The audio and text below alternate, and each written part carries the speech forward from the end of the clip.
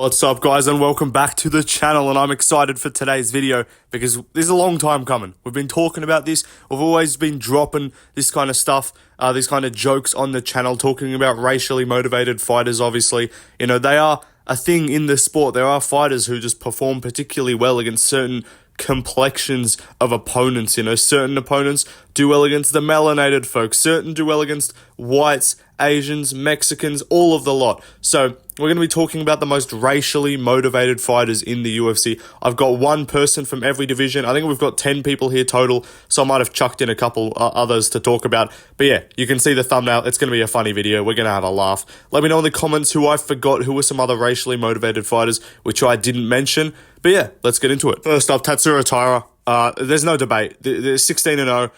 Every single one of this man's UFC wins has been over Latin or Latino opponents. Last fight, Alex Perez, Latino heritage, Carlos Hernandez, Edgar Chairez, Jesus Aguilar, Carlos Candelario, I think someone else, and now he's about to fight Brandon Royval. Come on. I'm not even reaching here. Some of these I'm probably going to be reaching. I'm not even reaching here. This dude is just running through Mexicans. Look, if he fights Pantoja's not Mexican, but he's south of the border. You know, he's Brazilian. He speaks Portuguese. As RDA would say, hey, we don't speak Spanish. In Brazil, we speak Portuguese. Like, it's fucking close enough. They're similar. You know, if he fights Moreno, I'm very confident he could beat Moreno. This dude's kryptonite, it's pretty much Kai France and Amir Albazi. And maybe Steve Erceg. But everyone else, like, so much of the flyweights are just Mexicans. So he's going to have a great time. He's going to beat a lot of guys. You know, guys like Alessandro Costa for a future title defense. I'm pretty sure he's Brazilian, but he trains in Mexico, so it's close enough. Like, there's a plenty of people on the horizon for Tyra to beat. There's still many more Mexicans for him to send back across the border. And yeah, Tatsuya Ito, one of my favorite fighters for that reason. Obviously, he's a fun fighter too, but, you know, first things first, he's racially motivated, and I can always appreciate someone who's racially motivated. Like, and again, like Edgar Chairez, Carlos Hernandez, I think Candelario, whatever the guy's name is, Jesus Aguilar. He's basically beat every fucking Mexican on the roster. He's just about to fight Royval and Moreno, who are like the final bosses. And I'm pretty sure that's it.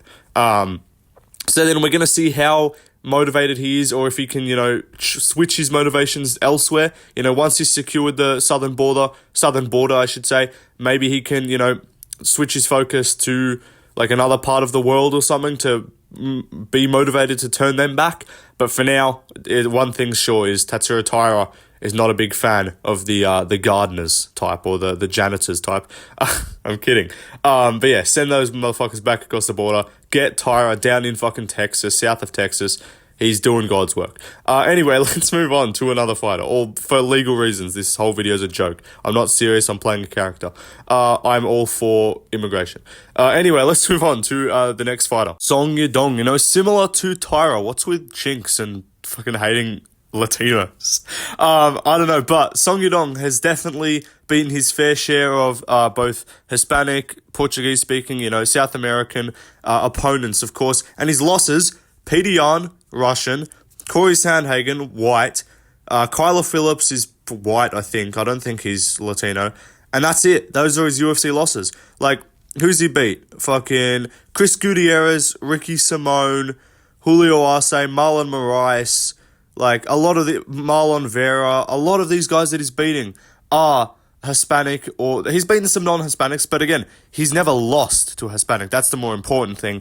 So yeah, as soon as Song, if he loses to Cejudo, you know, maybe I'll take it back. Maybe he's not as racially motivated as I thought. But if he goes out there and beats Cejudo, and then he beats like Rob Font, it's like that's close enough. Like Rob Font, Puerto Rico, you know, it's close enough. Then we can definitely start to figure out just how motivated is Song Yadong. But yeah, let's move on to another fighter. Gene Silva. Look, I'm kind of reaching here. This is featherweight. I couldn't think of someone else. Like, I could make a joke and say Bryce Mitchell, but, like, if you actually look at his record, there's not much to go off there. But Gene Silva, Weston Wilson, Charles Jourdain, and then Drew Dober, all white Northern Americans, of course. I think Jourdain's Canadian, but yeah, like, all white Americans. So yeah, clearly, Gene Silva's returning some of that, like, Tatsuya Ito energy, bro. He's sending him back the other way, you know, he's bringing, I don't know what I'm trying to say. Like, he's trying to take them back over the border with him or something. I'm not sure. He's not even Mexican. But I couldn't think of someone featherweight. Like, you can't really pick, like, and say, like, oh, Ilya. Like, he's got no common, like, theme of opponents. Or, like, Volk, I guess, doesn't really have common theme. Holloway, I mean, as this is some John Anik stat. Max Holloway has never fought a melanated opponent. That figures to be a difficult proposition tonight. Like, I don't know, like, that's something John Anik would say, but, like, Holloway, not really. I don't know, there's not many people. Lopez, no. I would love Lopez to have just ran off wins over, like, Barboza, Sadiq Yusuf, fucking all these guys, but unfortunately not. There's not really anyone that I can think of at featherweight, so let me know if I'm missing someone. But Gene Silva, back-to-back 3 white American TKO or KO victories this year. Seems like he's a little bit motivated. Let's move on to lightweight, though, because we all know who we're going with here. I'm a big dog, big bear. I'm a lion. I'm the predator from the prey that is hiding. Oh my, I have found you, Michael Johnson. Don't you run from me, Jalen Turner. True Dober. I hope you guys liked my little rendition of Mario Judo. Die very off. But Drew Dober, it's the obvious pick for lightweight. That's where the whole, like, racially motivated meme came from. There's probably been some OGs back in the day before I was fucking born that were doing some racial motivation type shit. But Dober was, like, the pioneer. He's in the Hall of Fame, how they got the pioneers wing? Drew Dober's in the fucking pioneer wing for racial motivation. He invented it, bro. He's on Mount Rushmore. Mount Rushmore of racially motivated fighters. It's like Dober, Tyra, like Shovkat, and, like, I don't know, someone else. Who else? Someone. I don't know. But Chris Dorcas, I don't know. He's reverse racial motivation. But Drew Dober, we all know Bobby Green, vicious KO, comeback KO as well after getting dropped early. You know, he got jumped by some hoodlums, some thugs, and, you know, he had to use his white power chin to come back in the fight and win. Bobby Green, Terrence McKinney, same thing happened. Alvarez was a bit more of a competitive fight, but still folded him with a body shot, whipped that body shot in there like it was a fucking whip. I don't know what I'm saying. But Drew, welcome to the Left Lane channel. I don't know how we are still on YouTube. But Drew Dober, unfortunately, he doesn't quite have the sample size. Tyra has literally just ran off an entire fucking streak, his entire UFC run of just Mexicans. Dober hasn't been able to fight enough of them. Like, he's beaten guys that aren't black, obviously, but we know. Like, I think we found out Dober's kryptonite is, like, white Brazilians. Because Dober knows deep down that a large portion of Brazil's population did come from the transatlantic slave trade. So they've got some African roots in them, but he's conflicted because he sees their color and, like, no, he's not black. I can beat this guy, but then he realizes, no, I can't. He sees their color and is like, I can't do harm to this man. He's a good man. He's an honorable man. But then he finds out about their heritage and it's like, oh, they're black, and he just gets a bit conflicted. And that's why you see often in fights like against Gene Silva, against Moicano, he does hurt them.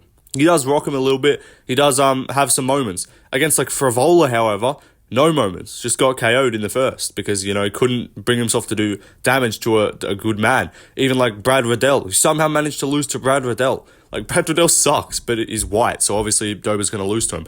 And also, after Bobby Green, what does he do? Calls out Jalen Turner. He says, I want those problems. I don't think he wants those problems. I think he wants those fucking, I don't know.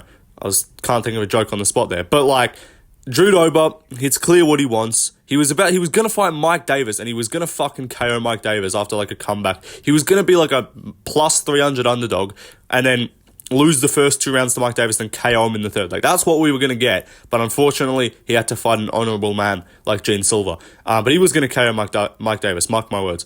But, like, who else has he got? He's got Mike Davis. He's got Jalen Turner. He's got Michael Johnson.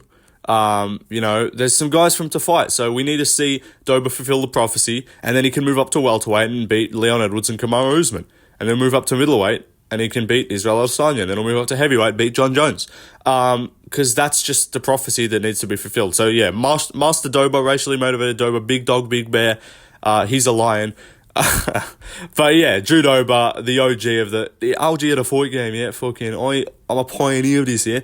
Fucking put some respect on my name, best believe that. But yeah, Dober, definite. And also, even like, I swear to God, this guy knows, like, would you rather watch a tree grow or knee grow? I had to make sure there was like a space between that. But like on the thing, it's like thoughts on injuries, especially knee grows. Like, again, got to emphasize the space there. But Dober knows what he's doing. Thoughts on Hap Chandler. Like, the guys are in on it. He's in on it with the Instagram memes and stuff. He knows what he's doing. He's posting shit looking like a fucking slave owner, I'll be honest. Like, on his Instagram posts, the one of him just like sitting in a fucking chair, like, yeah, come on, bro, you know what you're doing. Yeah, but Dober, racially motivated. Let's move on, though, to the next fighter. Next up, Shavkat Rakhmonov, cannibalism. Shavkat is racially motivated. We know this. Carlston Harris, Neil Magny, Jeff Neal. You know, he was going to win the belt for sure against Leon Edwards. Maybe against Bilal, I'm not sure. Might not be able to. You know, Palestine's pretty close to Africa, but Bilal's not African. He ain't no real N-word, as Dorcas would say. I mean, Dorcas would never say that, even though he would be allowed to. But Shavkat Rakhmonov, he needs, even like the Wonder Boy fight, bit of a tepid performance, not quite as much brutality in that one. Like, he's had fights where he's kind of held off on the viciousness, but like Neil Magny, you know, brutally choked that man out. It was Derek Chauvin maxing with that one. Like, Jeff Neal, again, Derek Chauvin maxing. Like, bro got that choke in and was like, fuck you, I'm choking your thug ass out. What am I saying? Carlston Harris fucking spinning wheel kicked that man to the dome. Like, Wonder Boy, you know, kind of failed a bunch of takedowns in 1-1, took him down. Like, neck crank on the rear naked choke, easy, not that bad, it's fine. Like, but when you put this man in the cage with a melanated opponent, he goes full fucking Borat based mode and just like starts killing folks. Like, Shavkat is definitely racially motivated at welterweight. But another fighter who's racially motivated, seemingly, is Ian Gary, which is weird because Gary seems like he's like, it's weird. He wants to maybe like fight the black guys and then take them to a decision and then take them home to his wife. I'm not sure what he's doing because he's not really finishing them. Like, I'm sure his wife's finishing them at home, but like MVP, boring decision. Jeff Neal, boring decision. Neil Magny, less boring decision, but like Magny's just can't help but getting beaten up.